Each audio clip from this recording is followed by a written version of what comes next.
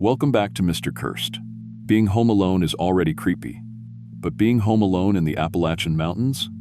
That's pure nightmare fuel. Today, I'm sharing 8 true stories from people who thought they were safe until they weren't. Before we jump in, hit that subscribe button, smash the like, and tell me where you're watching from in the comments. Thanks for being here.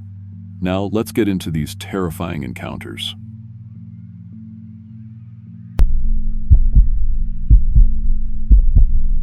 I'm 25 years old, and I install cable and internet for mountain communications here in West Virginia. It's honest work, pays decent, and usually I don't mind driving out to the remote places where most companies won't go. The mountains can be beautiful, and I've always liked the quiet. But there's one job I did last summer that changed how I feel about being alone in these hills. It was early July when I got the work order for a house way up on Raven's Peak. The customer, Mrs. Foster, had been waiting 3 months for service because the location was so remote. My supervisor, Dale, pulled me aside that morning and said, "Look, Tommy, this one's going to be a pain. Half-mile cable run through thick forest, steep terrain, and the customer's been calling every week asking when we're coming out."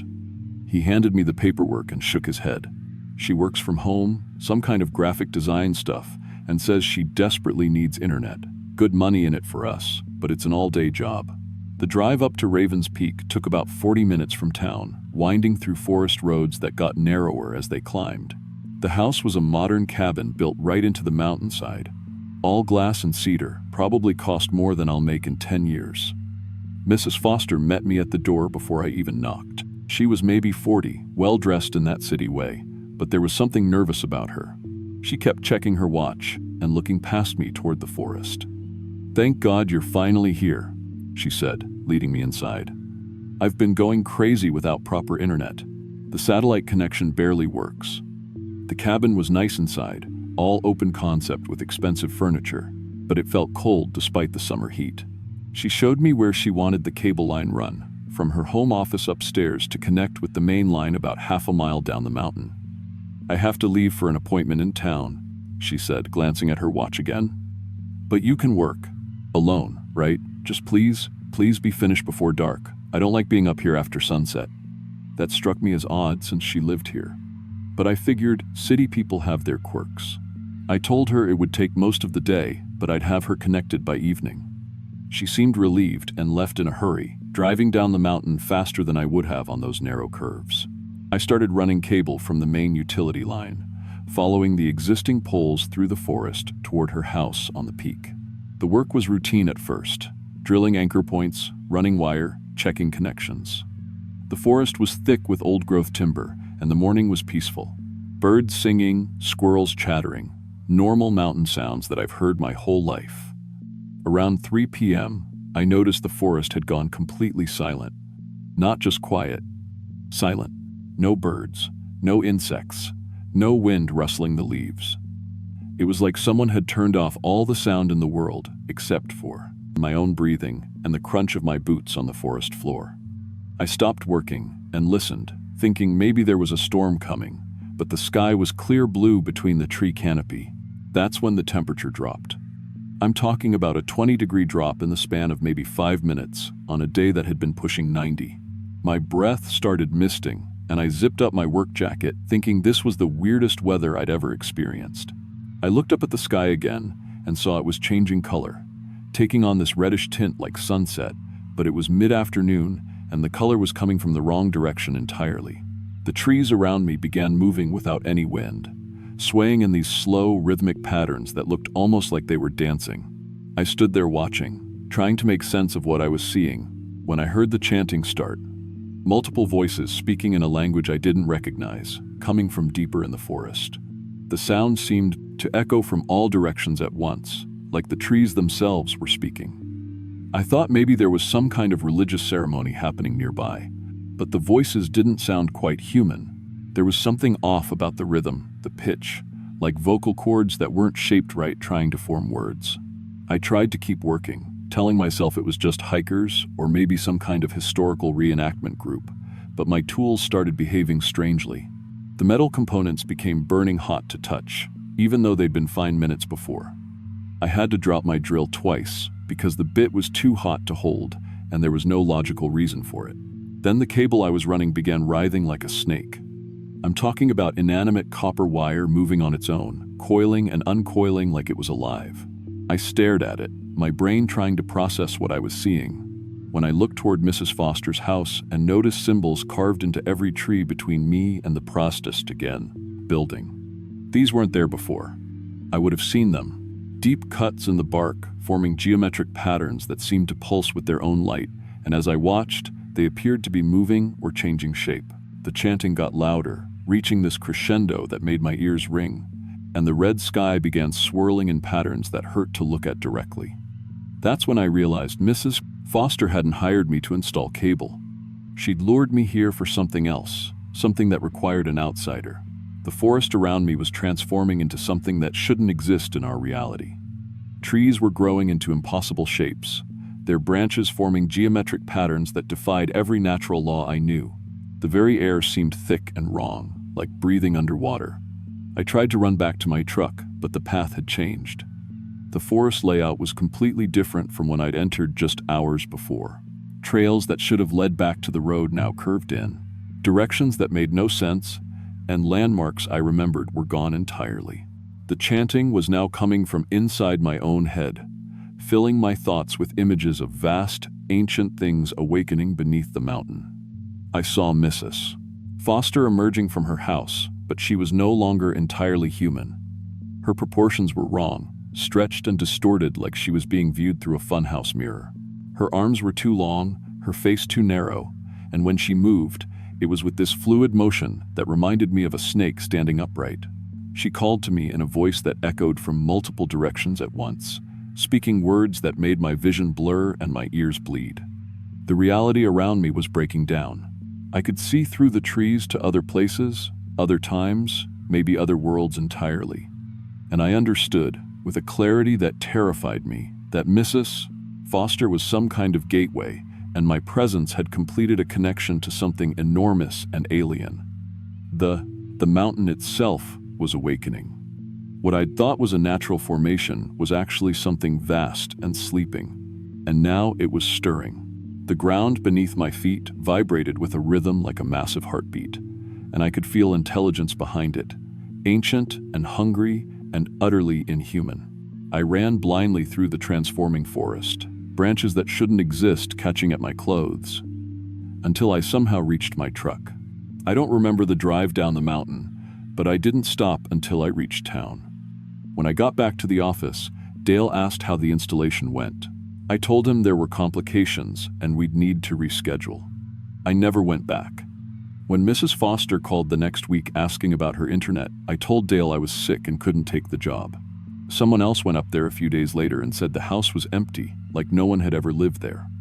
No furniture, no personal belongings, just an empty shell of a building. I still work for Mountain Communications, but I don't take jobs on Ravens Peak anymore.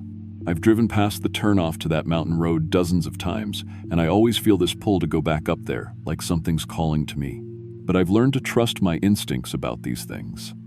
To this day, I can't explain what happened up there. I don't talk about it much because I know how it sounds. But sometimes, on quiet summer afternoons when the forest goes too silent, I remember that chanting and those symbols carved into the trees, and I wonder if Mrs. Foster was ever human at all, or if she was just the first sign that something much older than us was waking up in these mountains.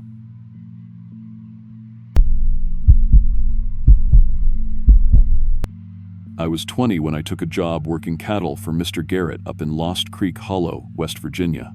Honestly, I needed the money bad.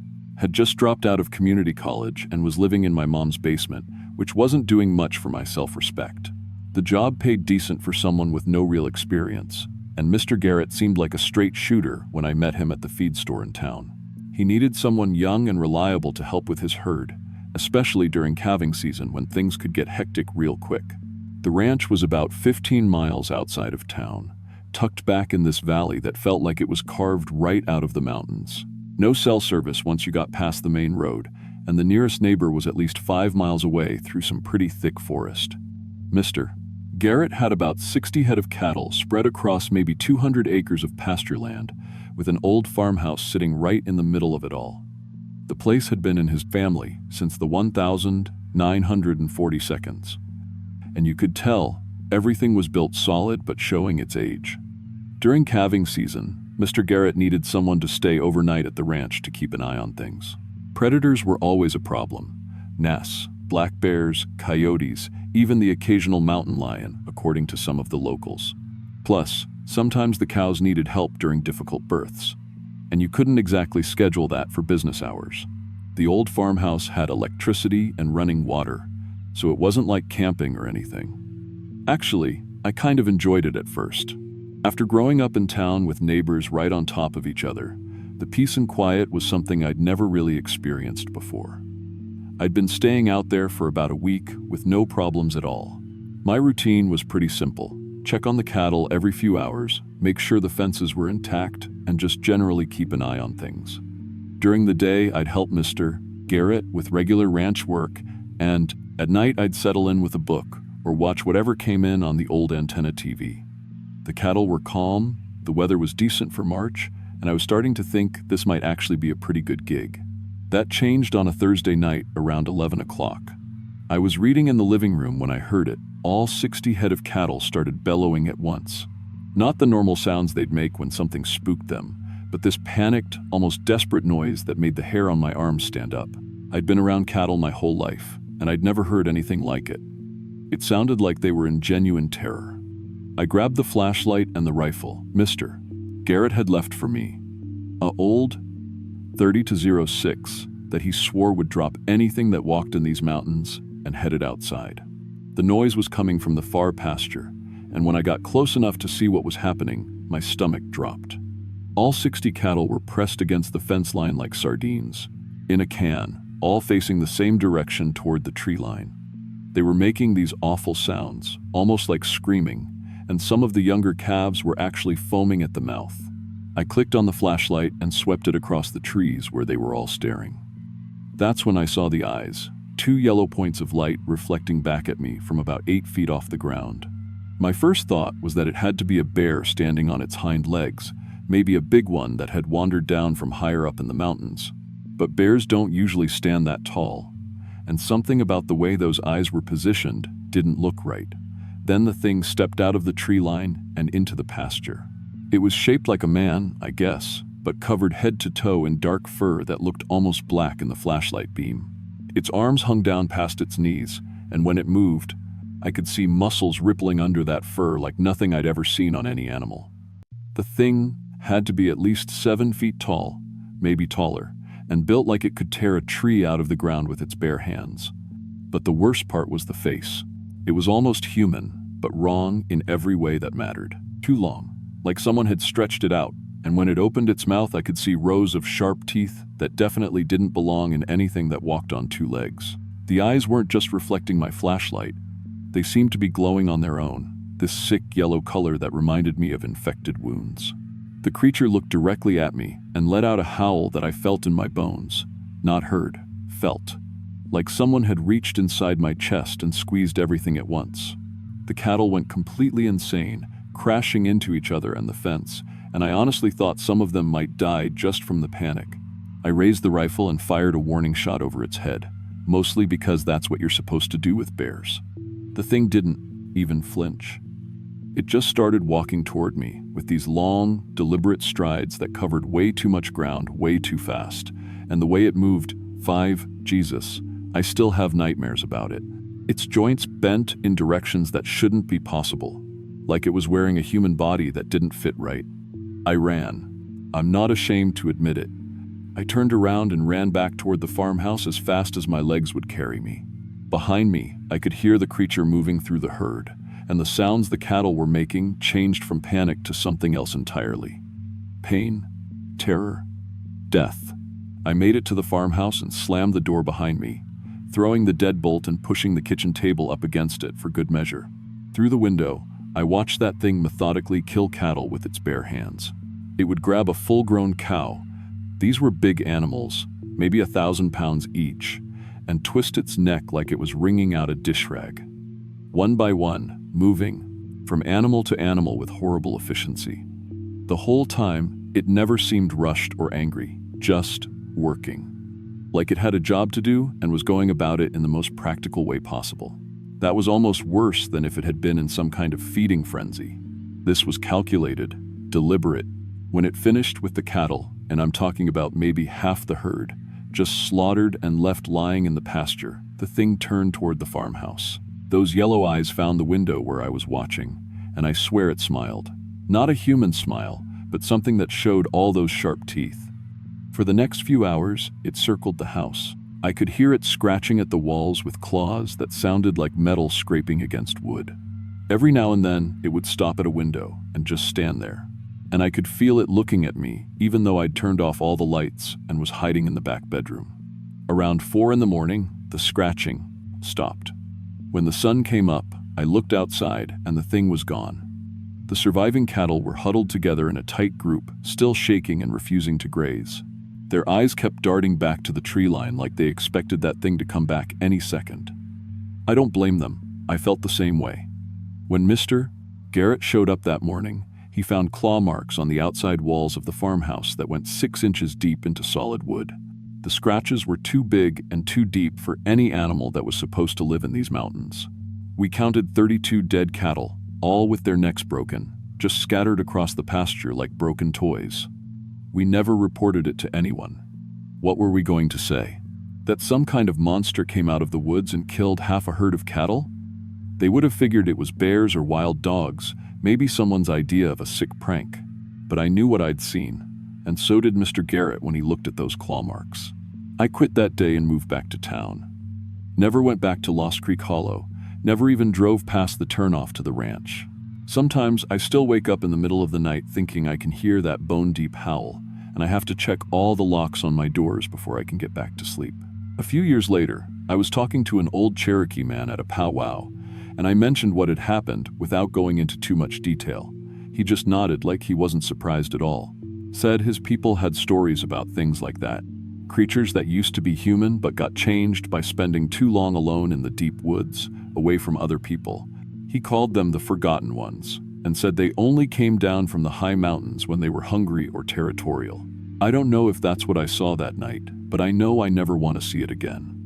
These days, I stick to jobs in town, and I don't go camping anymore. Some people think I'm paranoid, but they didn't see what I saw. They didn't watch something that shouldn't exist tear apart 32 head of cattle like they were made of paper. Looking back now, I think the worst part wasn't even the killing. It was how that thing looked at me through the window, like it was studying me, figuring me out, like it was deciding whether I was worth the trouble.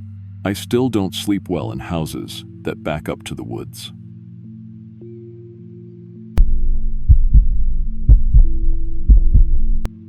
I was 26 and working as an appliance repair technician when I got what I thought would be a routine service call that ended up changing how I see the world. This was back in 2018, and I'd been fixing refrigerators, washers, and air conditioners for about 3 years around eastern Kentucky.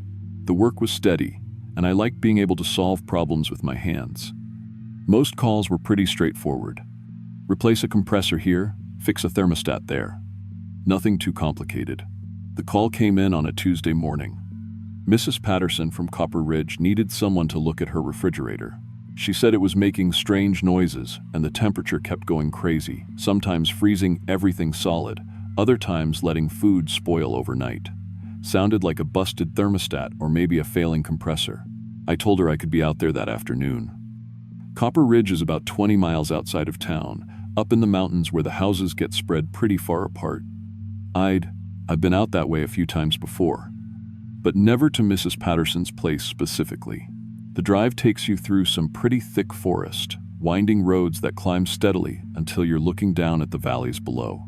It's beautiful country, but it can feel pretty isolated, especially when you're headed to a house you've never seen before. Mrs. Patterson's place was a modern cabin built right on the ridge, probably put up in the last 10 years or so. Nice construction, big windows looking out over the trees, no neighbors visible in any direction, just dense forest rolling away toward the horizon. I parked my van in the gravel driveway and grabbed my toolbox. She answered the door before I could knock, like she'd been watching for me. Mrs. Patterson was maybe in her 50s, thin and nervous looking. She kept glancing past me toward the tree line while we talked, asking how long I thought the repair might take. I told her it depended on what was wrong, but probably not more than a couple hours. "I really hope you can fix it today," she said, leading me through the house toward the kitchen. "It's been acting up for about a week now, and I'm getting pretty tired of throwing away spoiled food." The house felt normal enough inside, comfortable furniture, family photos on the walls, the usual stuff you'd expect, but Mrs. Patterson seemed on edge, constantly checking the windows and wringing her hands. I figured maybe she just didn't like having strangers in her house, which I could understand. The refrigerator looked standard from the outside. Basic white model, maybe 5 years old, nothing fancy. But when I opened the door to take a look, I had to step back and blink a few times. The inside was much bigger than it should have been. I mean, the outside dimensions hadn't changed, but when I looked into the refrigerator, it seemed to stretch back way further than was physically possible. I grabbed my flashlight and shined it into the back of the decree unit. The beam just kept going, disappearing into darkness that seemed to go on forever. The back wall that should have been there, the one with the cooling coils and temperature sensors, was nowhere to be seen. Just this endless black space that my light couldn't reach the end of. Cold air was flowing out of that darkness, but it smelled wrong. Metallic, like ozone after a lightning strike, mixed with something that reminded me of burnt copper. The air had weight to it, if that makes sense. Thick and heavy in a way that made it hard to breathe normally. That's when I heard the sounds. Clicking and chittering noises were coming from deep inside the refrigerator, way back in that impossible darkness. They sounded like insects, but much louder and more rhythmic, almost like some kind of communication. The noises would stop for a few seconds, then start up again in a different pattern. "Mrs. Patterson," I called out, trying to keep my voice steady. "Can you come here for a minute?" She appeared in the kitchen doorway, still wringing her hands. When she saw me crouched in front of the open refrigerator, her face went pale. "It started doing that after my husband installed the new cooling unit," she said quietly. "He found some equipment in the basement and thought he could improve the efficiency. That was about 10 days ago." "Where's your husband now?" I asked, though I was starting to get a bad feeling about the answer. "He disappeared 3 days after he finished the installation. I've been too scared to touch anything since then. That's why I called for repair service." She led me down to the basement, and what I found there definitely wasn't standard refrigeration equipment. In the corner sat a machine that looked like it had been assembled from parts that didn't belong to any earthly technology. The metal components shifted color as I looked at them, going from silver to blue to something that hurt my eyes to stare at directly. The whole thing hummed with energy that I could feel in my teeth. Connected to the machine were cables that led up through the wall toward the kitchen, but these cables seemed to be alive somehow. They pulsed with their own rhythm, expanding and contracting like they were breathing. When I got close enough, I could feel warmth coming off them. Looking at that device, I realized Mrs. Patterson's husband hadn't been improving their refrigeration at all. He'd built some kind of portal or gateway.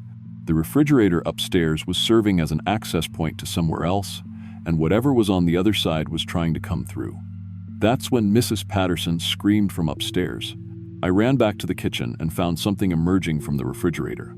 A long, segmented arm covered in chitinous plates was reaching out, searching around the kitchen with claw-tipped fingers that scraped against the walls and cabinets. The arm had too many joints, bending in ways that made my stomach turn. Behind it, in the darkness inside the refrigerator, I could see movement.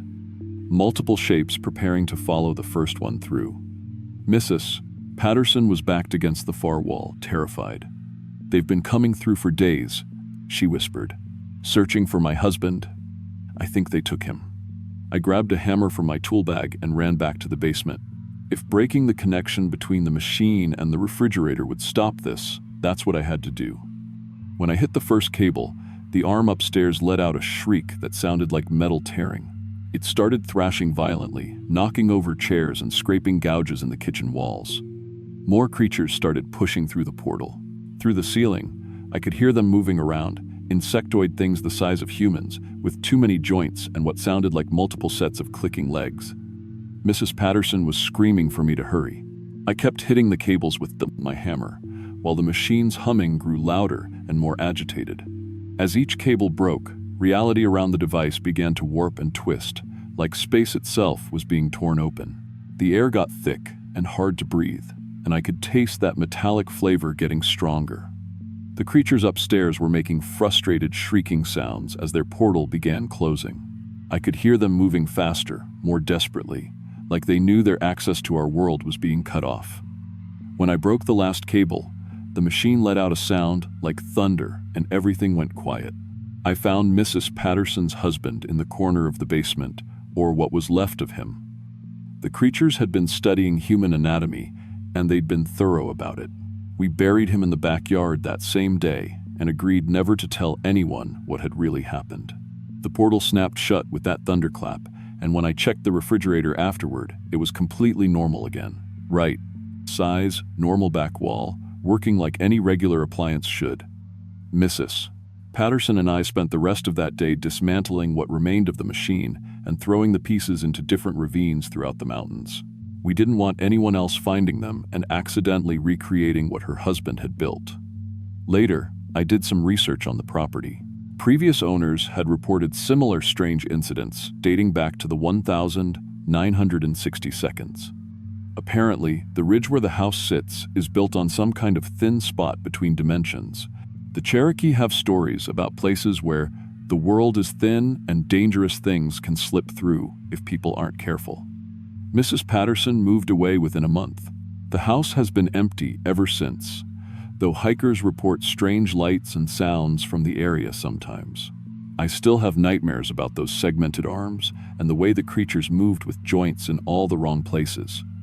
Sometimes I wonder if we really destroyed all the portal machinery, or if pieces of it are still scattered around those mountains, waiting for someone else to find them. The thought that someone might accidentally open another gateway keeps me awake at night.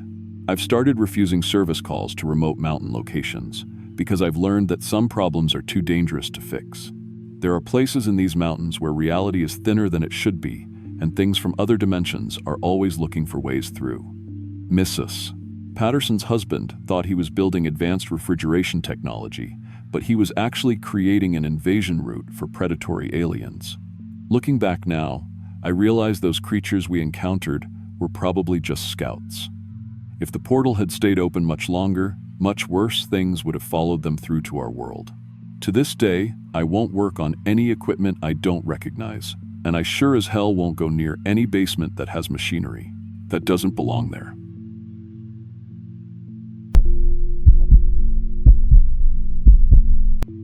I was 21 and trying to make some decent money between college semesters when I found this gig watching dogs for wealthy families. Most of the time, it was pretty easy work. Stay at their house, feed their pets, take them for walks. The pay was good, and honestly, I needed every dollar I could get. Mrs. Chen contacted me through the pet sitting website in early October. She needed someone to watch her 3 German shepherds while she flew to China to visit her sick mother for 2 weeks. The job paid more than I'd ever made in that short a time. But there was a catch. Her house was way up in the Virginia mountains, about 3 hours from anywhere with decent cell service.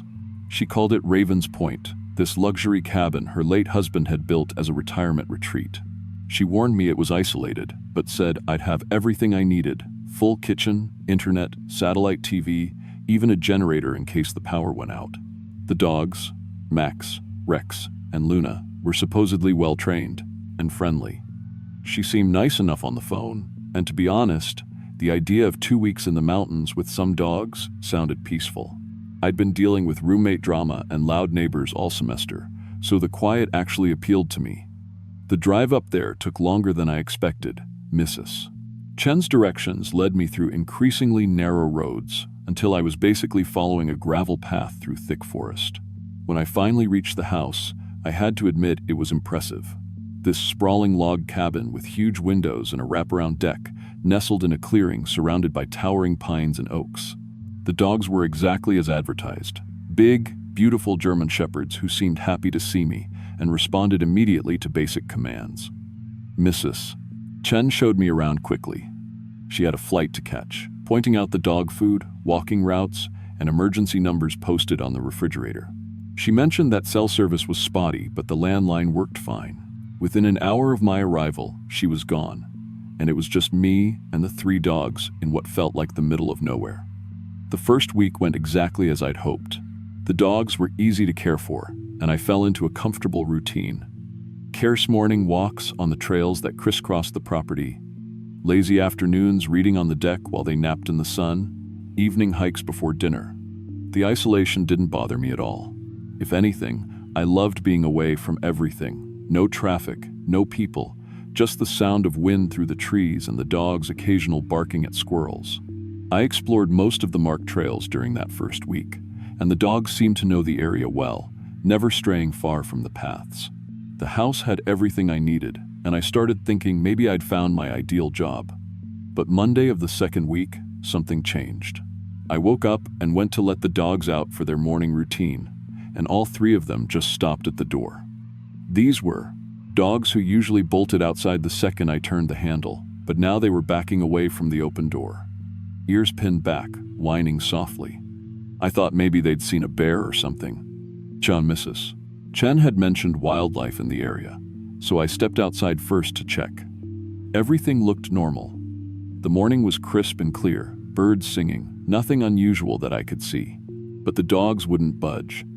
I had to practically carry Luna outside just so she could relieve herself, and she trembled the entire time. It got worse as the day went on. All 3 dogs spent most of their time pressed against the windows, staring out at the forest with this intense focus I'd never seen before. They'd growl low in their throats, but when I looked where they were looking, I couldn't see anything. Just trees and shadows and the occasional flutter of leaves. They refused their afternoon walk entirely, something that had never happened before. When I tried to coax them out with treats, Max actually backed away from me and hid under the kitchen table. That night, I understood why they were scared. Around 2 a.m., I woke up to howling. At first, I figured it was coyotes or maybe wolves. Mrs. Chen had mentioned there might be wildlife, but as I lay there listening, something felt wrong about it. The sound was too deep, too deliberate, and it wasn't coming from just one direction. I could hear answering calls from different parts of the forest, like they were communicating with each other. The dogs were awake too, huddled together in the living room, whimpering and shaking. I got up and looked out the bedroom window, but the forest was pitch black. The howling continued for what felt like hours, this back and forth calling that sounded almost like conversation. There was something uncomfortably human about the rhythm of it, like speech patterns but stretched and distorted. I tried to convince myself it was just unfamiliar with how wolves sounded in the mountains, but deep down, I knew this wasn't normal animal behavior. When morning came, I found tracks in the mud around the house. They looked like wolf paw prints, but they were massive, bigger than my outstretched hand. The really disturbing part was how they circled the entire house, like something had been walking around and around the cabin all night, studying it. In several spots, I found places where claws had scraped long gouges in the dirt, and there were holes near the foundation like something had been digging, testing the stability of the structure. The dogs still refused to go outside. I had to carry each of them out on a leash just for bathroom breaks, and they shook with terror the entire time, constantly looking over their shoulders toward the trees.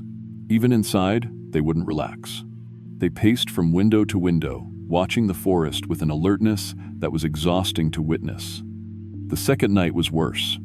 The howling started earlier, just after sunset, and this time I could see shapes moving between the trees. I grabbed the binoculars. Mrs. Chen kept on the kitchen counter and focused on the edge of the clearing. What I saw still doesn't make sense to me, even now. They looked like wolves from a distance, but they were standing upright. Not like dogs sitting up to beg, but actually standing on their hind legs like humans. Their front legs hung down like arms, and when they moved, it was wrong. Too coordinated, too purposeful. I counted at least 6 of them, maybe more, spread out around the property in what looked like strategic positions.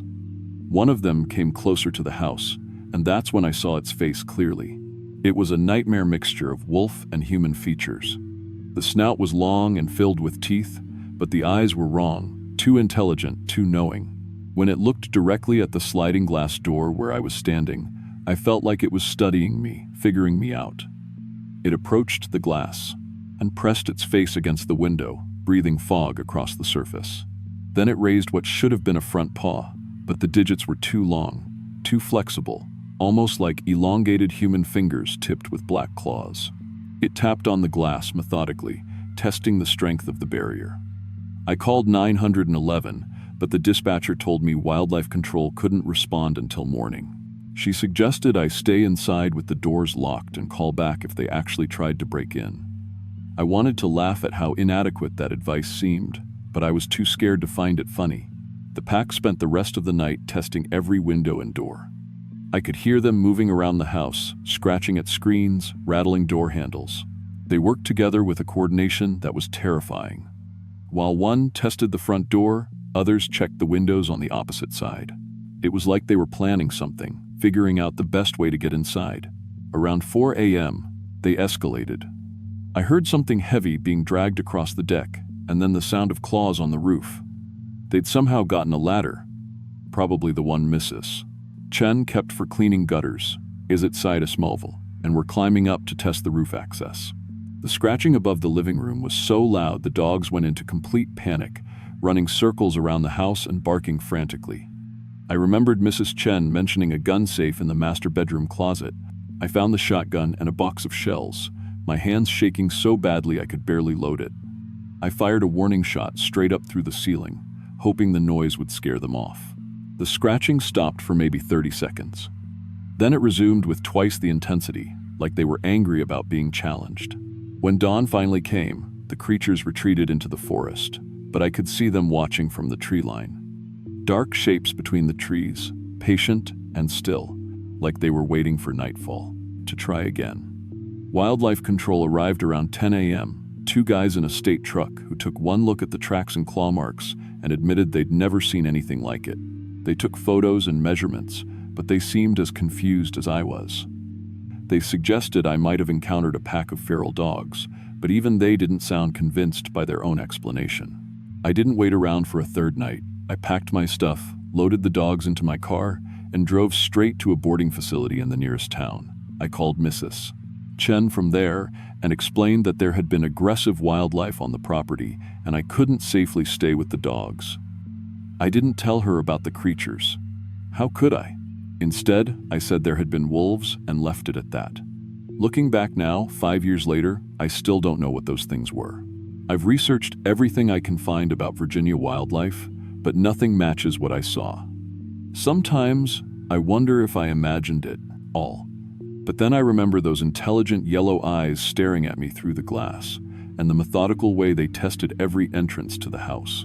I never went back to Ravens Point, and I never took another dog-sitting job in an isolated location. Mrs. Chen left me a good review and paid me the full amount, but I could tell from her voice when we talked that she knew I wasn't telling her everything. To this day, I still check the locks on my doors twice before bed, and I've never been comfortable being alone in the woods after dark. Some experiences change you permanently, and that was definitely one of them.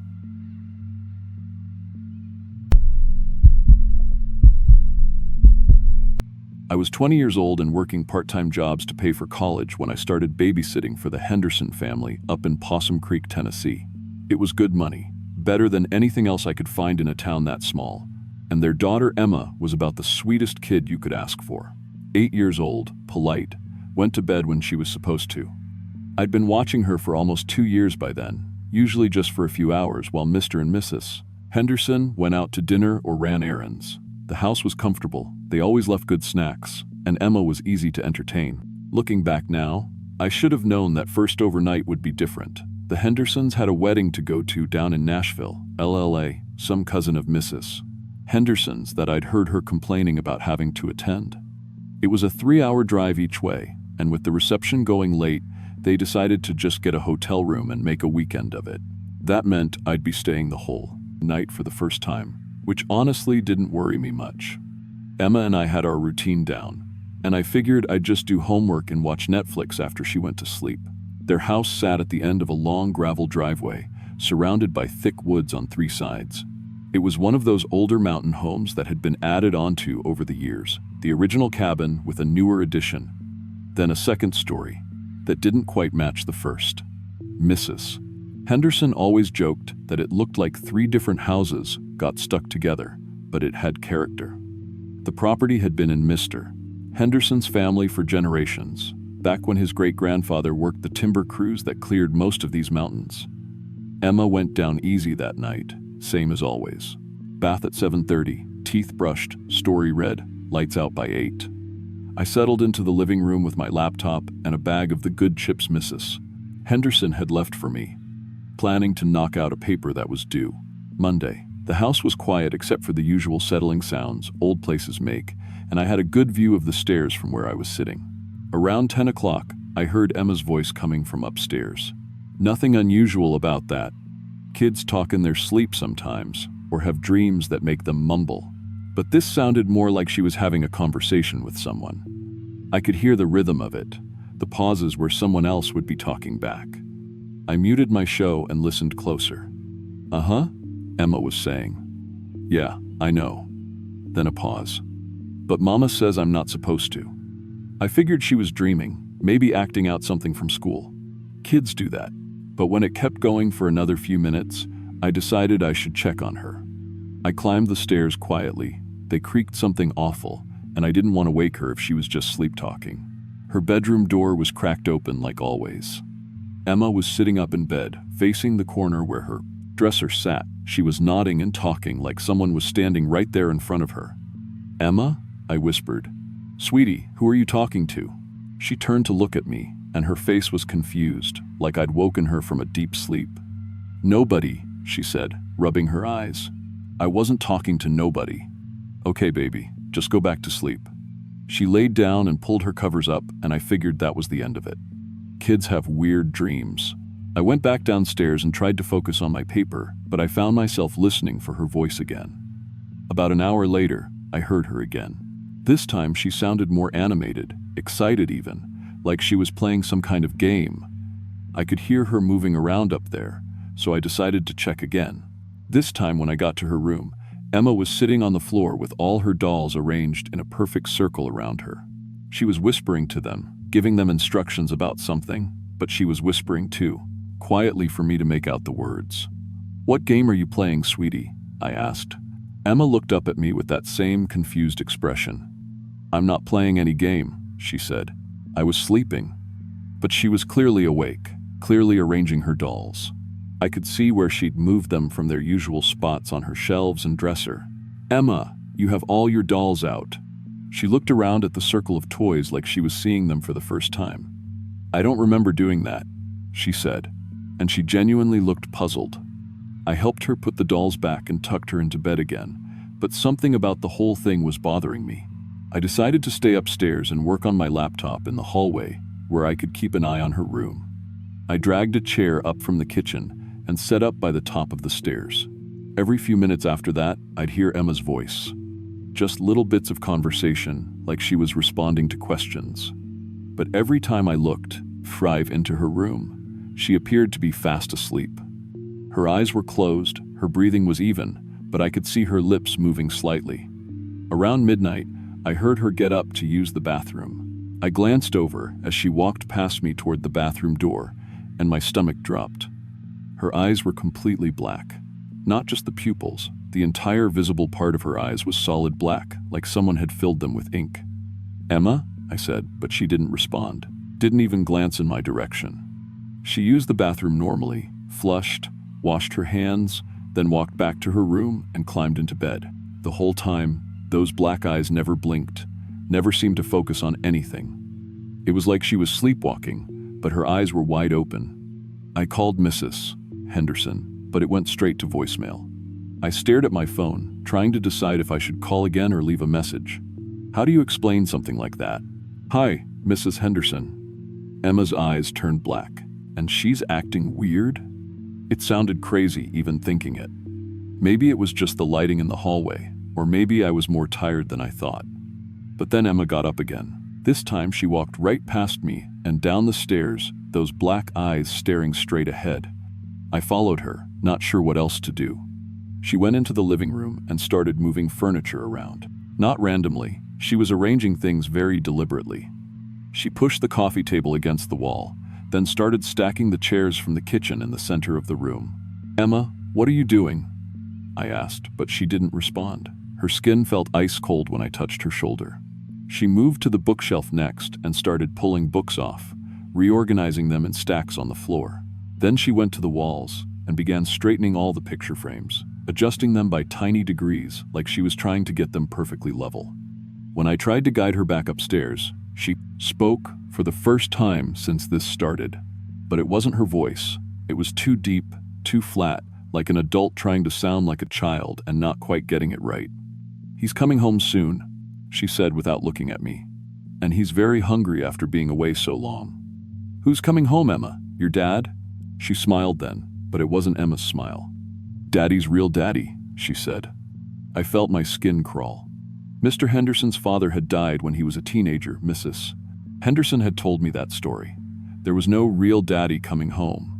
Emma walked back upstairs and into her room, where she pulled out her box of crayons and a stack of construction paper. She sat down at her little table and started drawing. I stood in the doorway watching as she filled page after page with disturbing images, tall figures with arms that were too long standing over smaller figures on the ground. The tall figure was always eating the smaller ones, with red crayons scribbled around. Their mouths? She drew picture after picture, never pausing, never looking up. Each drawing was more detailed and violent than the last. In some of them, the smaller figures were clearly children. In others, they looked like adults. But the tall figure was always the same, impossibly thin, with arms that reached down past its knees. Around 3 a.m, Emma suddenly stopped drawing. She stood up, walked to the front window, and stared out at the dark driveway. "He's here," she announced in that same flat adult voice. "Daddy's real daddy is finally home." I looked out the window over her shoulder. I couldn't see anything except darkness and the empty gravel road that led up to the house. The woods were so thick you couldn't see more than a few feet into them, even in daylight. Emma walked downstairs to the front door. I heard her unlocking it, the deadbolt, then the chain lock Mrs. Henderson had installed after some break-ins in the area last year. The door swung open, and Emma stood in the doorway with her arms stretched out like she was waiting for someone to pick her up. A smell drifted in through the open door that made my eyes water. It was like rotting meat mixed with something chemical, sweet and sharp at the same time, like formaldehyde or cleaning fluid. It burned my nostrils and made my throat close up. Then I heard footsteps on the gravel driveway. Slow, heavy steps that didn't sound quite right. They were too evenly spaced, like someone was deliberately placing each foot down instead of walking naturally. Emma started giggling and clapping her hands, still staring out into the darkness with those solid black eyes. "He's coming," she sang in a little voice. "He's coming, he's coming, he's coming." I could see my breath suddenly, like the temperature had dropped 30 degrees in seconds. The footsteps were getting closer, and I could hear something else now, a wet dragging sound like something heavy being pulled across the gravel. I grabbed Emma around the waist and tried to pull her away from the door, but she fought me with a strength that didn't seem possible for an 8-year-old. She was screaming and clawing at my arms, trying to get back to the doorway. "Let me go," she shrieked, but it was still that adult voice coming out of her mouth. "He's been waiting so long, he's so hungry." I managed to slam the door shut and lock it, then carried Emma upstairs while she thrashed and screamed. The footsteps had reached the porch, and now something was knocking on the door. Slow, deliberate knocks that shook the whole house. Each knock was perfectly spaced, like someone counting off seconds. Halfway up the stairs, Emma suddenly went completely limp in my arms. Her eyes rolled back to normal, and she looked around like she had no idea where she was or why I was carrying her. "Why are we upstairs?" she asked in her regular voice. "I need to use the bathroom." The knocking stopped. I looked out the hall window that faced the front porch, but whatever had been out there was gone. No footsteps walking away, no car doors slamming, just gone. I stayed awake the rest of the night, sitting in Emma's room while she slept normally. When the Hendersons came home the next morning, Emma had no memory of anything that had happened. She saw her dolls were out of place and asked why they weren't on their shelves, but she didn't remember taking them down. Mrs. Henderson asked how the night went, and I told her it was fine. What was I supposed to say? That their daughter had spent half the night with black eyes, rearranging furniture and drawing pictures of cannibalistic monsters? That something had come to their front door in the middle of the night, something that smelled like death and walked wrong? I finished out that day, but I never babysat for the Hendersons again. I told them I was too busy with school and work, which wasn't entirely a lie. But the die is for, truth is, I couldn't stop thinking about those drawings Emma had made, or the way she'd said, "Daddy's real daddy," in that flat, wrong voice. To this day, I don't know what happened that night. I've never told anyone about it, not even my husband. Sometimes I wonder if Emma remembers any of it, if it ever happened again after I stopped babysitting. But I never went back to find out. Some things you just have to leave alone. I still live in Tennessee, but I won't drive through Possum Creek anymore. I take the long way around, even though it adds 20 minutes to my trip. I tell myself it's because the roads are better on the main highway, but that's not really why. Every time I think about that night, I remember Emma standing in that doorway, with her arms stretched out, waiting for something that smelled like death to come home. And I remember thinking, right before I grabbed her, that maybe it wasn't the first time she'd opened that door.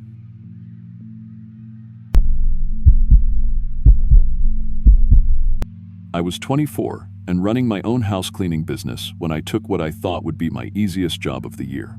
Mrs. Caldwell had called me on a Tuesday morning, sounding tired and overwhelmed.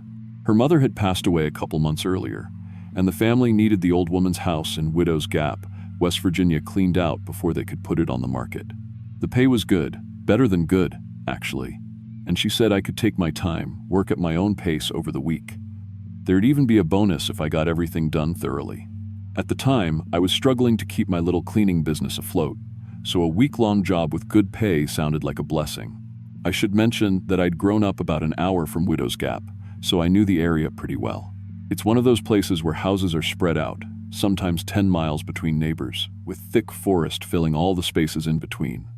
The kind of place where people mind their own business and don't ask too many questions about what goes on behind closed doors.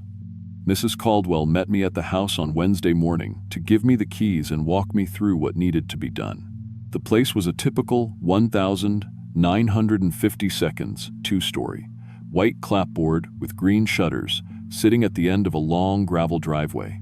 The yard had gone wild, overgrown gardens and weeds reaching up to the windows, with the forest pressing in close on all sides. Mrs. Caldwell seemed nervous, kept checking her watch, and glancing back at the tree line like she was expecting someone to come walking out. Mother lived alone here for the last 15 years, she explained as we walked through the front door. She was very private, very independent. The main floor and upstairs bedrooms just need a good deep cleaning, dusting, vacuuming, scrubbing the bathrooms and kitchen. Most of it's just been sitting empty since she went to the hospital. She showed me around the main floor first. It was cluttered, with the usual old person stuff, doilies on every surface, ceramic figurines, stacks of old magazines, but it was relatively clean, just dusty from being empty for 2 months. The kitchen needed work, and the bathroom upstairs was pretty grimy, but nothing I hadn't dealt with before. There's one bedroom upstairs that's locked, Mrs. Caldwell mentioned, as we headed back downstairs. That was Mother's private room where she kept her important things. Don't worry about that one. I'll handle it myself later. Then she hesitated at the basement door. The basement might be a bit messy. Mother used it for storage, and honestly, I haven't been down there since she died. But it definitely needs to be cleaned if we're going to sell the house. I told her it wouldn't be a problem. I'd cleaned out plenty of basements and attics. Mrs. Caldwell handed over the keys, reminded me again about taking my time, and left in her car. I watched her drive away and noticed she kept looking in her rearview mirror, like she was making sure she wasn't being followed. I started with the main floor, which took me most of that first day and all of Thursday. It was honest work. Scrubbing decades of cooking grease off kitchen cabinets, getting mold out of the bathroom grout, washing windows that probably hadn't been cleaned in years. The upstairs bedrooms were normal too, except for that locked room Mrs. Caldwell had mentioned. I could hear the floorboards creaking in there sometimes when the wind hit the house, but I figured it was just settling. By Friday morning, I was ready to tackle the basement. I'd been putting it off, honestly, because basements in these old houses can be pretty rough, Mrs. Caldwell had warned me it might be messy, but I was expecting the usual: water damage, maybe some mold, boxes of junk that should have been thrown out years ago. The basement stairs creaked something terrible as I went down, each step groaning under my weight like the wood was about to give way. The air down there was thick and stale, like it hadn't been ventilated in years. I had to breathe through my mouth because the smell was so musty and heavy. My flashlight beam cut through the darkness and showed me what I was dealing with. Most of it was normal basement stuff, like Mrs. Caldwell had said. Old furniture covered in sheets, boxes of Christmas decorations, filing cabinets full of family photos and documents. But as I worked my way toward the back of the basement, I noticed something strange. There was a newer section in the far corner that looked like it had been added recently. The concrete was a different color, smoother and more modern than the rough stone foundation of the rest of the house. There was even newer electrical work back there, proper outlets and overhead lighting, instead of the bare bulbs hanging from the ceiling everywhere else. What really caught my attention was the door. It was heavy, made of metal instead of wood, and it had multiple locks on it. Not just one deadbolt, but 3 different locks, all of them looking pretty serious. And I could hear something coming from behind that door, a faint humming sound, like electrical equipment running. I figured it was probably just a furnace room, or maybe where the old woman kept her washer and dryer. Mrs. Caldwell hadn't said anything about not cleaning it, and if I was going to do a thorough job, I needed to see what was back there. I'm pretty handy with locks. You learn all sorts of tricks when you're cleaning people's houses and they forget to leave keys, so I used some of my tools to work on the simpler locks first. It took me about 20 minutes, but I got the door open. I wish I hadn't. The room was set up like some kind of medical facility. There were examination tables with restraints, cabinets full of surgical instruments that looked like they'd been recently used, and monitoring equipment that was still powered on, and displaying readouts. Along one wall were glass containers filled with organs floating in yellowish liquid. Each container was labeled with dates and initials, and some of them looked fresh. I stood there for probably a full minute, trying to make sense of what I was seeing. This wasn't some old woman's storage room. This was an operating room, hidden in the basement of a house 10 miles from the nearest neighbor. The file cabinets were full of detailed records. Patient files, if you could call them that, documenting procedures performed on dozens of people over the years. Most of the files were marked unsuccessful or expired. The names were mostly men, and from what I could tell, they were people who wouldn't be missed. Homeless guys, hitchhikers, drifters passing through the area. That's when I realized the old woman hadn't just been living alone up here. She'd been running some kind of illegal medical practice, using people as test subjects for God knows what kind of experiments. I tried to leave, but when I got to the bottom of the basement stairs, the door was locked. I knew I'd left it open when I came down. Someone had locked it from the outside while I was in that room. My phone had no signal down there, which wasn't unusual in these mountains, but now it felt like a trap. I was stuck in this basement with all this evidence of horrible things, and whoever had locked me in knew exactly where I was. That's when I heard footsteps upstairs. Mrs. Caldwell was back. I could hear her moving around the house, and every now and then she'd stop, like she was listening for sounds from the basement. I tried to stay quiet, but the old floorboards creaked with every step I took. I went back to explore the medical room more carefully, hoping to find another way out. That's when I found the hidden room behind it. There was a section of the wall that looked different, and when I pushed on it, it swung open like a door. Inside were cages, human-sized cells with restraints and monitoring equipment attached to each one. Some of them showed signs of recent use, food containers and waste buckets that couldn't have been there very long. The smell in that room was terrible, like fear and sickness and things I don't want to think about. I realized that the old woman's death might have been faked, or maybe Mrs. Caldwell was continuing her mother's work. Either way, I was in serious trouble. The footsteps upstairs stopped right above the medical room, and I heard Mrs. Caldwell talking to someone on the phone. "She's found the laboratory," I heard her say. "Yes, I know we discussed this possibility when we hired her." That's when I understood. My hiring hadn't been random. They'd specifically chosen someone who worked alone, someone who wouldn't be missed immediately if something happened to them. Mrs. Caldwell came down the basement stairs, calling out in that same cheerful voice she'd used when she first hired me. "How's the cleaning going down there?" she asked. "I thought I'd check on your progress." I hid behind the file cabinets while she unlocked the medical room door and came in carrying what looked like restraints and a syringe. "I know you're in here," she said, still using that pleasant tone. Mother always said it was important to have fresh test subjects for the research.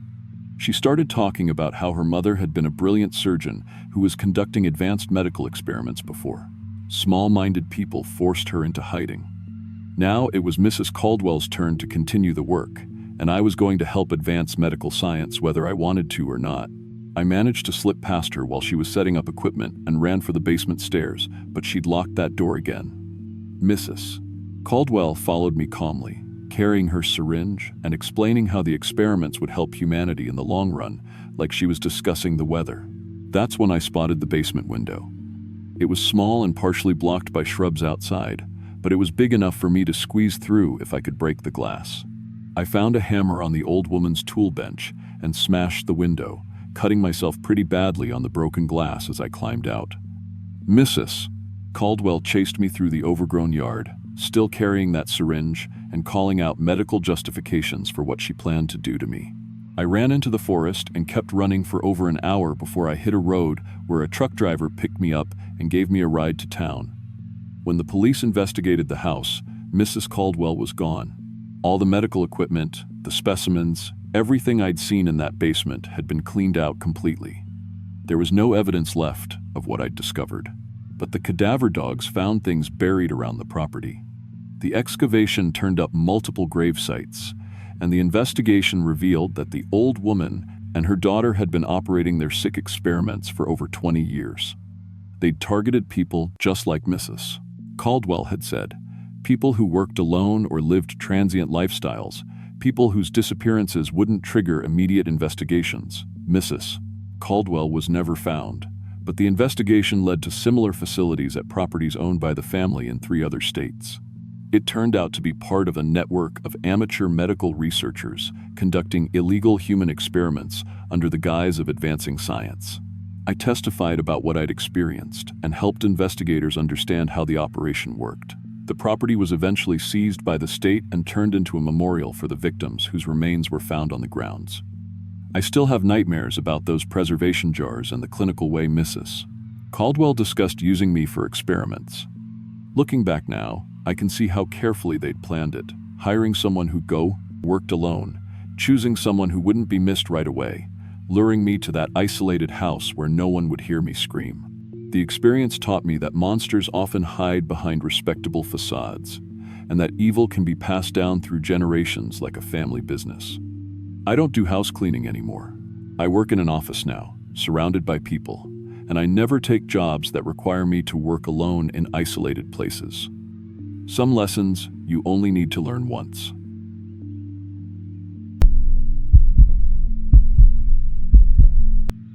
I'm 28 now, working IT support in Lexington, but back when I was 19, I was house-sitting for my great-aunt Dolores in Breathitt County while she recovered from hip surgery down in Louisville. This was the summer of 2016, and honestly, I was excited about having a whole house to myself for 3 weeks. No roommates, no parents, just me and Aunt Dolores's old farmhouse, sitting on 40 acres of Kentucky hill country, about 15 miles outside Jackson. The house had been in our family since the 1942nd, built by my great-grandfather after he came back from the war. It was solid construction, each thick oak beams, stone foundation, the kind of place that would outlast anything modern builders put up. Dolores had kept it updated over the years with central air, good plumbing, and reliable electricity. But it still had that old house character with wide plank floors that creaked in specific spots and windows that rattled when the wind picked up. The nearest neighbor was Mrs. Carmichael, about a quarter mile down the holler, and she was pushing 80 and mostly kept to herself. I'd been staying there for about a week when the first weird thing happened. I was in the kitchen making a late dinner, probably around 10:30 p.m., when I heard what sounded like someone walking around upstairs. Not heavy footsteps, but deliberate movement, like someone trying to be quiet but not quite succeeding. The floorboards up there had their own particular creaks, and I'd gotten familiar with the sounds of the house settling, but this was different. It had rhythm to it, purpose. I muted the TV and listened. The footsteps moved from what would be the front bedroom, across the hallway, and into the back bedroom where Dolores kept her sewing room. Then they stopped. I waited maybe 5 minutes, but there was nothing else. When I went upstairs to check, both bedroom doors were closed, just like I'd left them, and when I opened them, the rooms were empty. No sign anyone had been up there. Looking back, I should have paid more attention to that first incident, but I was 19 and convinced I had logical explanations for everything. Old houses make noise. The temperature had dropped about 15 degrees that evening, so the wood was contracting. Maybe I'd heard a raccoon on the roof, and the sound had carried through the walls in a weird way.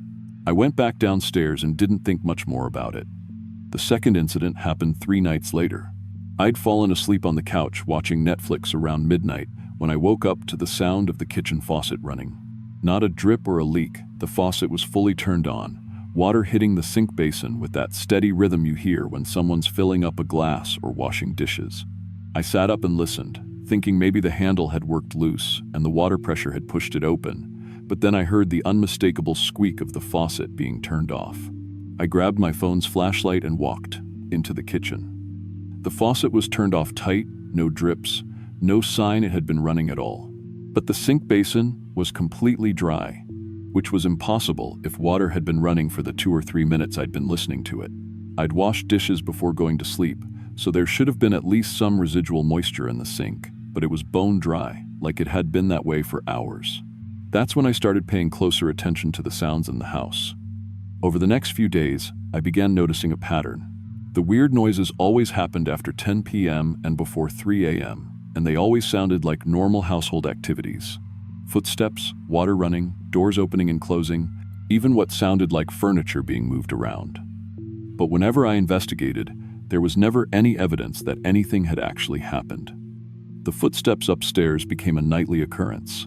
Always the same route, front bedroom to back bedroom, then silence. Sometimes I'd hear what sounded like dresser drawers being opened and closed, or the old wooden chair in the sewing room creaking like someone had sat down in it.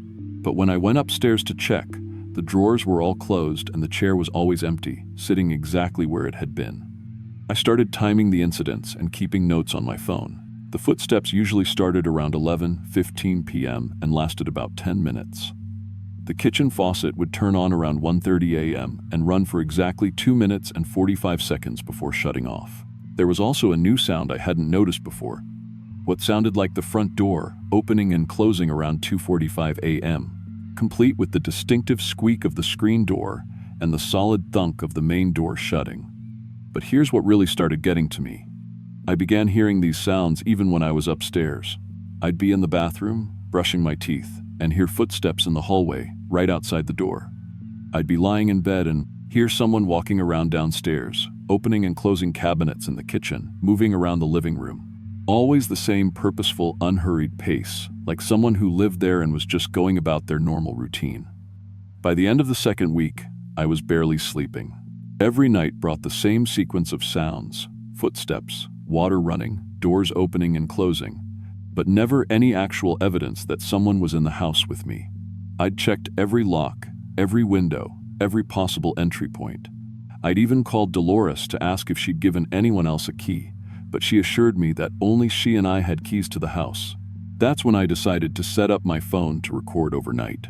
I positioned my iPhone on the kitchen counter with a clear view of the sink and the doorway to the living room, started a voice memo app, and went to bed around 10:30. The next morning, I had 8 hours and 23 minutes of audio recorded. I put in my earbuds and started listening, fast-forwarding through the quiet sections. At 11:16 p.m., I heard my own footsteps going upstairs and the sound of my bedroom door closing. Then silence for about an hour. At 12:22 a.m., I heard the distinctive creak of footsteps coming down the stairs, but these weren't my footsteps. They were slower, more deliberate, and they paused on the 7th step from the bottom, the one that made the loudest creak. I always skipped that step when I was trying to be quiet, but whoever was walking down those stairs had stopped right on it, like they wanted the creak to announce their presence. The footsteps moved into the kitchen. I heard cabinet doors opening and closing, but not randomly. There was a systematic pattern to it, like someone was looking for something specific or checking the contents of each cabinet. Then came the sound of the refrigerator opening, the light click of the door closing, and footsteps moving into the living room. For the next 45 minutes, I listened to someone moving around downstairs. Not destructively, there were no crashes or bangs, but purposefully. I heard the sound of books being taken off shelves and set down, furniture being moved slightly across the floor, and what sounded like papers being shuffled through. Around 1:15 a.m., the footsteps returned to the kitchen, and at exactly 1:31 a.m., the faucet turned on. But here's the thing that made my blood run cold. While the faucet was running, I could hear someone humming. It was quiet, barely audible over the sound of the water, but it was definitely a human voice humming what sounded like an old folk tune. The humming continued for the full 2 minutes and 45 seconds, then stopped abruptly when the faucet shut off. The footsteps moved back through the living room and toward the front door. I heard the screen door open with its characteristic squeak, then the main door opening and closing. Then silence for the rest of the night. I sat in my bed listening to this recording with my heart pounding, trying to process what I'd just heard. These weren't house-settling noises or my imagination playing tricks on me. This was clear audio evidence that someone had been in the house while I was sleeping, moving around freely for over an hour, going through Dolores's belongings like they owned the place. But when I went downstairs, everything was exactly as I'd left it. The books on the shelves were in perfect order. The furniture was in the same positions. The kitchen cabinets were all closed tight. There was no sign anyone had been down there at all. I spent that day checking every inch of the house again. I examined every window, every door, every possible entry point. I crawled under the house looking for loose foundation stones or hidden entrances. I even climbed up in the attic checking for holes in the roof or loose boards. Nothing. The house was completely secure. That night, I didn't go to bed. I sat in the Menaversion REIT living room with all the lights on, my phone recording, waiting to see what would happen. Around 11:15, I heard the footsteps start upstairs, just like always. The front bedroom to the back bedroom, the creaking of the chair, the sound of drawers opening and closing. But I was sitting downstairs the entire time, and I knew for certain that nothing was actually happening up there. At 12:22 a.m., I heard footsteps coming down the stairs, but I was looking directly at the staircase and there was nothing there. The sounds were crystal clear, each individual step creaking in sequence, but the stairs were empty. I watched the seventh step, the one that always made the loudest noise, and right on schedule, I heard the creak, but the step didn't move. The invisible footsteps moved into the kitchen. I followed the sounds, watching cabinet doors that remained firmly closed while I heard them opening and shutting. The refrigerator made its opening and closing sounds without the door actually moving. I stood right next to the kitchen counter, staring at the faucet, and at 1:31 a.m., I heard it turn on and watched water that wasn't there hitting a sink basin that remained completely dry. And then I heard the humming again. Right there in the kitchen with me, maybe 3 feet away, someone was humming that same folk tune. I could tell it was a woman's voice, middle-aged, humming like she was content and going about familiar work. But there was nobody there. Just me, standing in an empty kitchen, listening to an invisible woman hum while invisible water ran from a faucet that wasn't actually turned on. I ran upstairs, locked myself in the bedroom, and called my cousin Marcus, who lived about an hour away. I told him everything, played him some of the audio recording over the phone, and begged him to come pick me up. Marcus had grown up hearing family stories about the old house, and he didn't ask too many questions. He just said he'd be there by sunrise. While I waited for Marcus, I did some research on my phone about the house's history. I found old property records and newspaper archives and discovered something Dolores had never mentioned.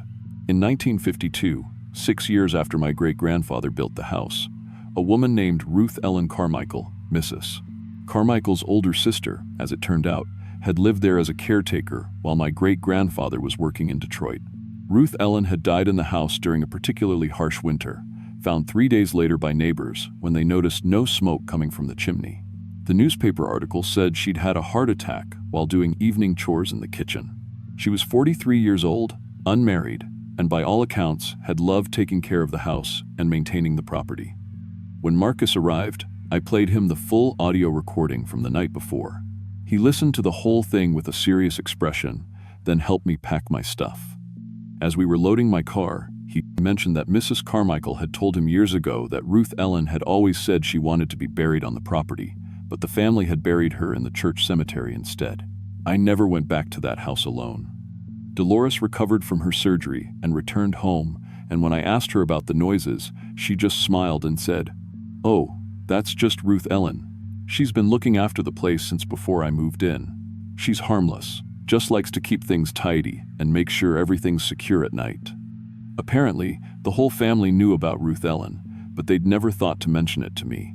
Dolores said Ruth Ellen had been appearing regularly for over 60 years, always following the same routine, checking the bedrooms upstairs, tidying the kitchen, making sure the doors were locked.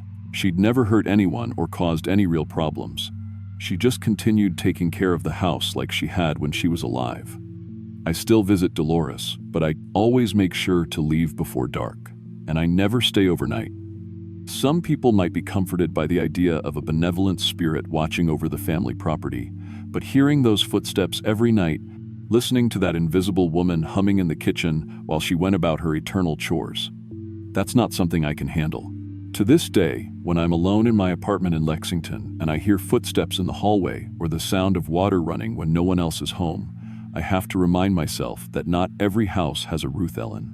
But sometimes, late at night when I'm falling asleep, I still catch myself listening for that particular pattern of footsteps, a front bedroom to back bedroom, then the slow, a front bedroom to back bedroom, deliberate walk down creaky stairs to begin another night of watching over a house that's been her responsibility for over 70 years. I guess some people just can't let go of the places they loved in life, even when death tries to take them away.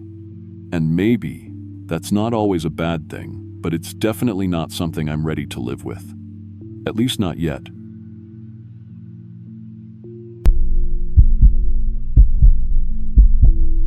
Back when I was 22, I took a house-sitting job that I thought would be easy money. This was 3 years ago, but I still wake up some nights with my heart racing, checking every window in my apartment to make sure the locks are turned the right way. I guess I should explain why I can't be alone in a house anymore. Why I moved into a 4th-floor apartment building in Lexington, where I can hear my neighbors through the walls, where I never have to wonder if I'm really by myself. My name's Danny, and I was between jobs that winter. I'd just gotten laid off from the lumber mill outside Hazard when my cousin Rachel mentioned that her elderly neighbor, Mrs. Hensley, needed someone to watch her place while she visited family in Florida for 6 weeks.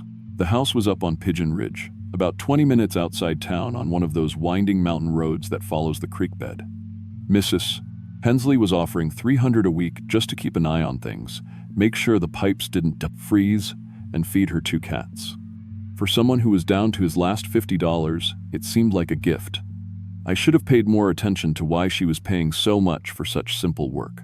The house itself was beautiful, a 2-story Victorian that Mrs. Hensley's great-grandfather had built in 1892.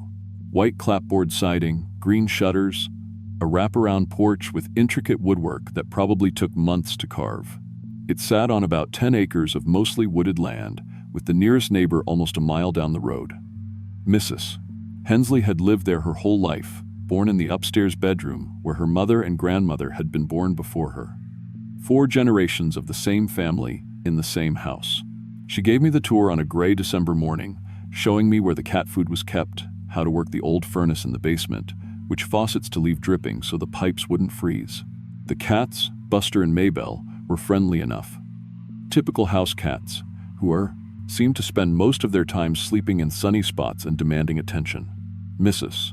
Hensley was nervous about leaving, kept going over the same instructions multiple times, but I figured that was normal for someone who'd probably never been away from home for more than a few days.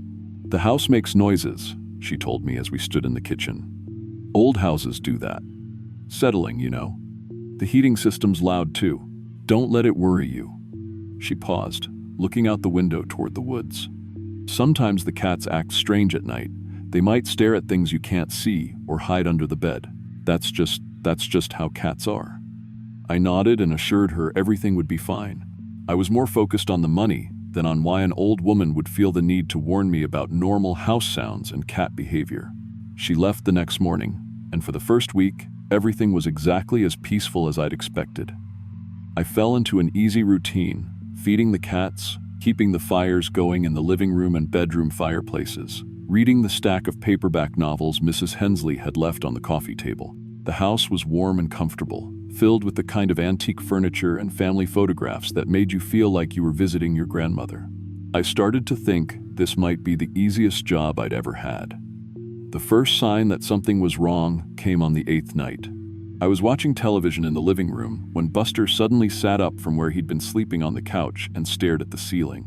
Not just looked, stared, with that intensity cats get when they're tracking something. His pupils dilated, his ears flattened back, and a low growl started deep in his throat. I looked up at the ceiling, but there was nothing there. No sounds, no visible cause for his behavior. "What is it, buddy?" I asked, but Buster didn't even acknowledge me. He was completely focused on something above us, his head, moving slightly as if he was following movement across the ceiling. This went on for about 5 minutes before he suddenly relaxed, shook himself, and went back to sleep like nothing had happened. I told myself it was probably mice in the walls. Old houses always had mice. But the next night, it happened again. This time both cats were involved, and instead of staring at the ceiling, they were both focused on the staircase that led to the second floor. They sat side by side at the bottom of the stairs, perfectly still, watching something I couldn't see move from the top step down to the landing, then back up again. Buster's tail was twitching, and Maybelle's fur was standing up along her spine. I got up and walked to the stairs, looking up toward the second floor. Nothing. I even went upstairs and checked all the rooms, turning on every light, looking in every closet. Everything was exactly as Mrs. Hensley had left it. But when I came back downstairs, the cats were still, sitting there, still watching. That's when I started having trouble sleeping. It wasn't anything I could point to specifically. No strange noises, no cold spots, nothing that would make a good ghost story. It was more like the feeling you get when you think someone's watching you, except it lasted all night long. I'd lie in the guest bedroom with every light in the house on, listening to the normal sounds of an old house settling. But underneath it all was this sense that I wasn't alone, that something else was in the house with me, moving through the rooms I'd just checked, watching me from doorways I couldn't see. I started staying awake until dawn, then sleeping during the day when the sunlight made everything feel normal again. I told myself I was just being paranoid, that isolation was getting to me. I'd grown up in town, always had neighbors close by, roommates, family. This was the first time in my life I'd been truly alone for more than a day or two. But isolation doesn't explain what happened on the 15th night. I was in the kitchen making coffee around 2 a.m. when I heard footsteps on the second floor. Not the creaking and settling sounds Mrs. Hensley had warned me about. Actual footsteps, slow and deliberate, moving from the master bedroom to the bathroom, then back again. The rhythm was human, the weight distribution was human, but I knew I was the only person in the house. I stood at the bottom of the stairs with a flashlight, listening. The footsteps continued for about 10 minutes, always following the same path, bedroom to bathroom and back. Then they stopped.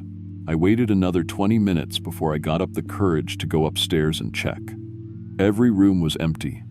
Every door was exactly as I'd left it. But in the master bedroom, the depression in Mrs.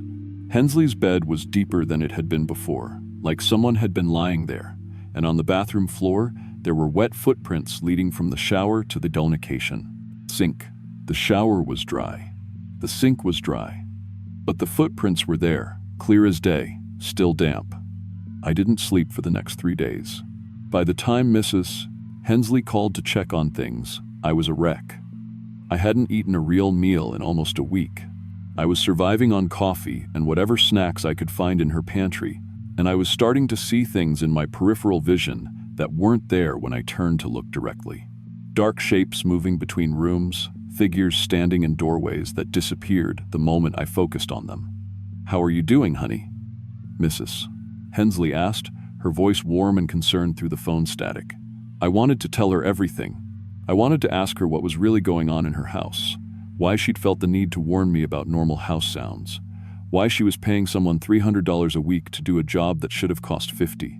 But looking around at the house that had been her family's home for 4 generations, surrounded by photographs of children and grandchildren and great-grandchildren who'd grown up in these rooms, I couldn't bring myself to say the words. "Everything's fine," I lied. "The cats are good. No problems with the heat." "How's Florida?" "Oh, it's lovely. Warm. I'm having such a nice time with my daughter's family." There was a pause, and when she spoke again, her voice had changed slightly. "Danny, you're not. You're not having any trouble sleeping, are you? The question hit me like a physical blow. She knew. She'd always known. I'm sleeping fine, I said, but my voice cracked on the words. Another pause. The house has been in my family for a very long time. Sometimes old places hold on to things. Memories. Impressions. It's not harmful, you understand. It's just persistent. Mrs. Hensley, what are you talking about? My great-great-grandmother, Sarah Hensley, died in that house in 1918, the influenza. She was taking care of her sick children, wouldn't leave them even when she got sick herself. She died in the master bedroom, and according to family stories, she never really left. Mrs. Hensley's voice was gentle, like she was explaining something difficult to a child. She doesn't mean any harm. She's just still taking care of the house, making sure everything's all right. She gets more active when there are strangers here, people she doesn't know. I sank into one of the kitchen chairs, my legs suddenly too weak to hold me up. You knew this whole time. I hoped maybe she'd stay quiet while I was gone. Sometimes she does. But I can hear it in your voice. You haven't been sleeping, have you? You've been seeing things, hearing things. Why didn't you tell me? The question came out louder than I'd intended, with all the fear and exhaustion of the past week behind it. Because I needed someone to watch the house, and I couldn't afford to pay what it would cost to get someone who knew the truth. And because, she sighed, because most people who know about Sarah don't last more than a night or two. But you've been there 2 weeks. That means she's decided she likes you. I looked around the kitchen, at the family photographs on the refrigerator, at the cats sleeping peacefully in their beds, at the warm light spilling in through the windows. For the first time in days, the house felt calm. She's not trying to scare you, Mrs. Hensley continued. She's just checking on things, making sure you're taking proper care of the place.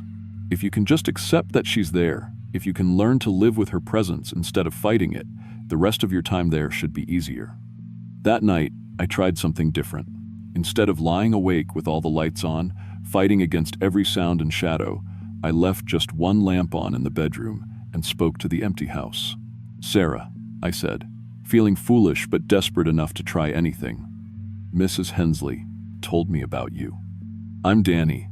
I'm just here to take care of things while she's gone. I'm not here to hurt anything or change anything. I just want to do a good job and get some sleep. The house was quiet for a long moment. Then, from somewhere upstairs, I heard a single creak of floorboards, like someone taking one step forward. Not threatening, not urgent, just acknowledgement. I slept for 8 hours straight that night, the first real sleep I'd had since arriving. The remaining 3 weeks weren't exactly peaceful. Sarah's presence was still there, still noticeable. But it changed from feeling like surveillance to feeling like companionship, I guess. The cats stopped acting nervous and went back to their normal routines. The footsteps upstairs became as regular and predictable as a clock ticking. I started leaving small offerings, a cup of tea on the kitchen counter that would be empty by morning, flowers from the garden placed on the mantel in the living room. Sometimes I'd catch glimpses of her, a woman in a long dress standing at the top of the stairs, always just at the edge of my vision. Once, I came into the kitchen to find the cats being petted by invisible hands, purring and leaning into touches I couldn't see. It should have been terrifying, but somehow it wasn't. It felt like being in the presence of someone who loved the house and everything in it, who was keeping watch over things that mattered to her. When Mrs. Hensley came home, she took one look at me and smiled. "You look rested," she said. "I was worried when I called before." "She's still here," I told her. "Sarah, I can feel her. She always is. But she's calm now, isn't she? Peaceful?" I nodded. The house did feel peaceful, in a way that had nothing to do with being alone or quiet. It felt protected. Mrs. Hensley paid me the full amount she'd promised, plus a bonus for understanding the situation. I used the money to get back on my feet, find a new job, rent my apartment in Lexington. But the experience changed something fundamental in me that I'm still trying to understand. I can't be alone in houses anymore. Not because I'm afraid of ghosts. Sarah taught me that the presence of the dead isn't necessarily frightening. It's because I learned what real solitude feels like, and I learned that I need to be around the living. I need to hear footsteps that belong to people I can see, voices that come from mouths I can watch moving, the sounds of life being lived in real time. But more than that, I learned something about the weight of caring for something bigger than yourself. Sarah stayed in that house for over a century because she loved it, because she felt responsible for it, because leaving would have meant abandoning something that defined who she was. Watching her invisible hands tend to things, feeling her gentle presence, keeping watch through the long winter nights, made me understand what devotion really means. I still visit Mrs. Hensley. Sometimes, the house feels different when she's there, calmer, more settled. Sarah's presence fades into the background, like she's content to let the living take over when they're home. But sometimes, when I'm helping Mrs. Hensley with yard work or fixing something around the house, I'll catch a glimpse of movement in an upstairs window or feel like someone's watching approvingly from the porch. I think about Sarah often, especially on nights when I can't sleep in my city apartment, surrounded by the sounds of neighbors and traffic and all the noise that proves I'm not alone. I wonder if she's lonely, spending eternity taking care of a house that's slowly emptying of the family that built it. I wonder if she knows that the love she felt for that place was strong enough to keep her there long after death, and whether that's a comfort or a curse. Sometimes I think about going back, about taking another house-sitting job if Mrs. Hensley ever needs one. Not because I'm not afraid. I'm still afraid of a lot of things now, including the depth of my own capacity for isolation. But because I learned something in that house about what it means to care for something so deeply that you can't let go, even when letting go would be easier. And because sometimes, in the middle of the night in my apartment full of strangers, I miss having someone watching over me who's been doing it for more than 100 years. Someone who understands what it means to stay when everything else tells you to leave. Mrs. Hensley is getting older, and she started talking about what will happen to the house when she's gone. Her children live in other states. Her grandchildren have their own lives. She worries that the house will be sold to strangers who don't understand its history, who might tear it down or change it so much that Sarah won't recognize it anymore. I haven't told her yet, but I've been saving money. Not enough to buy the house, not even close, but enough for a down payment, maybe. Enough to start a conversation about keeping the house in the hands of someone who understands what lives there, who wouldn't try to force Sarah to leave or pretend she doesn't exist. Because I learned something in those 6 weeks that I don't think I could have learned any other way. That love doesn't end with death. That some kinds of caring are too strong to be stopped by something as simple as not breathing anymore. And that maybe, if you're lucky enough to encounter that kind of devotion, your job isn't to run from it or try to understand it. Your job is to honor it and to learn from it, and to maybe become the kind of person who's capable of caring about something that deeply yourself. I still can't be alone in houses, but now I know it's not because I'm afraid of ghosts. It's because I'm afraid of becoming one, of caring about something so much that I lose the ability to let go, to move on, to live in the world of the blast, living instead of the world of memory and devotion. And maybe, someday, when I'm ready to risk that kind of love, I'll go back to the house on Pigeon Ridge and see if Sarah thinks I'm worthy of joining her watch.